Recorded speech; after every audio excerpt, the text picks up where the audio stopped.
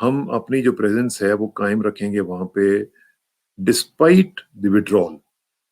یعنی withdrawal کے بعد بھی ان کی جو وہاں پہ انٹیلیجنس پریزنس ہے، ان کے جو کلینڈسٹائن آپریشنل سیٹ اپ ہوگا وہ وہاں پہ موجود ہوگا، اور اس کو وہ نہیں لے کے جائیں گے وہاں پہ۔ پھر ان کی جو بومبنگ فیسلٹی ہے، جو بومبنگ کی کیپیسٹی اور کیپیبلٹی ہے، وہ اس کو وہاں پہ رکھیں گے، چاہے وہ کہیں بھی اس کو اسٹیشن کر دیں۔ لیکن آپ کو پتا ہے کہ وہاں پہ کوئی بھی ان کے جو ایئر کرافٹ کیریئرز ہیں وہ اس ریجن میں کسی بھی جگہ جا کے تو وہاں سے اڑ کے وہ اٹیک کر سکتے ہیں، اور وہ جیسے پہلے بھی کرتے ہیں اوباما، اور بلکہ کلنٹن کے دور میں بھی شروع ہو گیا تھا، اوباما نے بھی یہ کیا۔ تو یہ جو نیشنل ڈیفنس کی اور ان کی جو سیکورٹی فورسز ہیں، یہ اس کو اسی طرح آپریٹ کریں گے، اور اس کا جو تذکرہ ہے وہ نیو یارک ٹائمز نے اپنی رپورٹ میں کر دیا ہے، اور انہوں نے کہہ دیا ہے کہ جی وہاں پہ جو کلینڈسٹائن آپریشنز ہیں وہ وہاں پہ وہ کرتے رہیں گے، اور مختلف جو بومبنگ کی کیپیسٹیز ہیں، مختلف جو ان کی فیسلٹیز ہیں، وہ ان کو اسی طرح رکھیں گے۔ اب یہ حالانکہ انہوں نے کہا ہے کہ ڈکلیئر کیا ہے کہ جی ہم ٹروپس کو وڈرا کریں گے، سب کچھ کریں گے، لیکن یہ جو اسپیشل آپریشن فورسز ہوں گی، پینٹاگون کے جو کانٹریکٹرز آپ کو پتا ہے کتنے زیادہ ہوتے ہیں، اور انٹیلیجنس آپریٹوز جو ہیں وہ ایک بہت بڑی تعداد میں وہاں پہ موجود رہیں گے، اور اس کی وجہ صرف افغانستان نہیں ہوگا، اس کی وجہ چائنا بھی ہے، اس کی وجہ رشیا بھی ہے۔ آپ کو پتا ہے کہ رشیا آج کل بہت زیادہ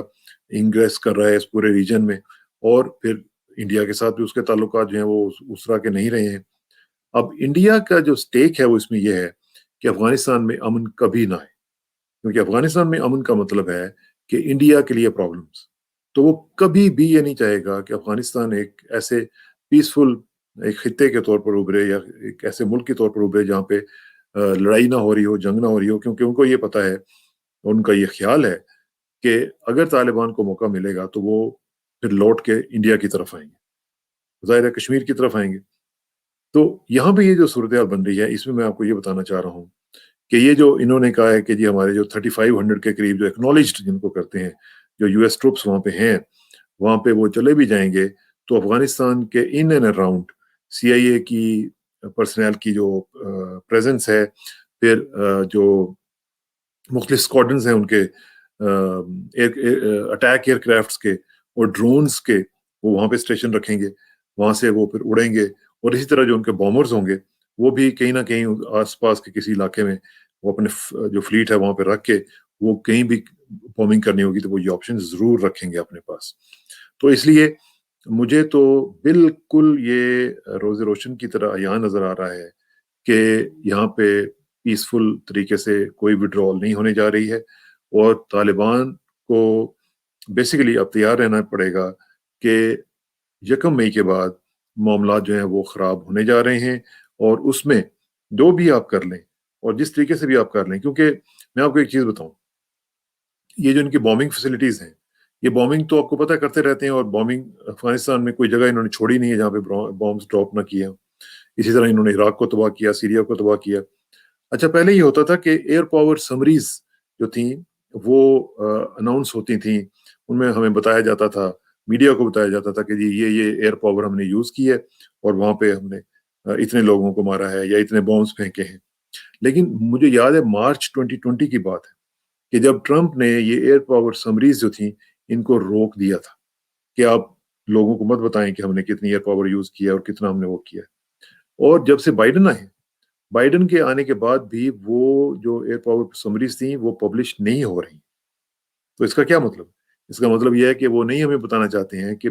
کتنی فائر پاور یوز کر رہے ہیں، کتنی بومبنگ ہو رہی ہے، اور کتنی وہ مزید کریں گے۔ تو اس لیے مجھے تو اس میں کوئی شک نہیں ہے کہ یہ معاملات جو ہیں یہ خراب ہونے جا رہے ہیں۔ اور اس کا ایک اور میں آپ کو بتاتا ہوں، اس کا لوئڈ آسٹن جو ان کے ڈیفنس منسٹر ہیں، ڈیفنس سیکرٹری جن کو کہتے ہیں، سیکرٹری ڈیفنس، انہوں نے یہ واضح طور پر کہہ دیا ہے کہ افغانستان میں سے نکلنے کے بعد بھی ہمارا جو ایک معاملہ ہے وہاں پہ وہ رہے گا۔ اور یہ انہوں نے پریزیڈنٹ بائیڈن کی تقریر کے بعد کہا ہے، یہ انہوں نے پہلے نہیں کہا۔ یعنی اس کا مطلب یہ ہے کہ پریزیڈنٹ بائیڈن کی تقریر کے بعد بھی انہوں نے بیسیکلی اشارہ کیا جی کہ کاؤنٹر ٹیررزم فورس جو ہے وہ اس ریجن میں ہم رکھیں گے۔ اب وہ کہاں پہ رکھیں گے، اس کے کیا کیا کونوٹیشنز ہوں گی، کاؤنٹر ٹیررزم کے نام پہ آپ کیا کیا وہاں پہ فنڈنگ دیں گے۔ اور یہ بھی انہوں نے کہا ہے کہ ہم فنڈنگ کی جو کیپیبلٹیز ہیں اور جو اس کی جو آپشنز ہیں وہ ہم پوری کرتے رہیں گے، اور ہم کوشش کریں گے کہ اس طرح کے اسپیشل جو مشنز ہیں وہ ہم رن کرنے کے لیے کانگریس سے فنڈنگ بھی لے لیں. ٹھیک ہے نا؟ تو اب اس کا کیا مطلب؟ اس کا مطلب یہ ہے کہ وہاں پہ معاملات چلتے رہیں گے. اور پھر انہوں نے یہ بھی کہا ہے کہ ہم جو افغان اسپیشل فورسز ہیں، افغان سیکیورٹی فورسز ہیں، یعنی فوج جو ہے افغانستان کی، اس کا بھی جو خرچہ ہے وہ ہم برداشت کرتے رہیں گے. تو اس کا کیا مطلب ہے کہ وہاں پہ جنگ جو ہے وہ چلتی رہے گی، وہ ان کو پیسے دیتے رہیں گے امریکنز، اور یہ معاملہ جو ہے وہ چلتے رہیں گے. کیونکہ ظاہر ہے کہ اتنی بڑی فوج جو انہوں نے بنائی ہوئی ہے وہاں پہ سو کالڈ، اس کو افغانستان تو سسٹین کر نہیں سکتا اپنے طور پر. تو ان کا وہاں پہ رہنا، ان کا وہاں پہ سٹیکس کا اسی طرح قائم رہنا، یہ بالکل آبویس نظر آ رہا ہے. اور سیکرٹری ڈیفینس آسٹن نے یہ صاف طور پر یہ کہہ دیا ہے، بلکہ ان سے یہ پوچھا گیا کہ یہ جو فوج ہے یہ آپ کہاں پہ رکھیں گے؟ تو انہوں نے کہا کہ میں اس طرح کی چیز نہیں بتانا چاہوں گا. اور بلکہ جو وائٹ ہاؤس کی ترجمان ہے ان سے بھی جب یہ پوچھا گیا تو انہوں نے کہا جی کہ میں اس طرح کی جو آپریشنل ڈیٹیلز ہیں وہ میں آپ سے شیئر نہیں کر سکتی ہوں، لیکن یہ ہے کہ یہ معاملات جو ہیں وہ اس طرح کے سوچے جا رہے ہیں. تو اب یہ جو معاملات ہیں،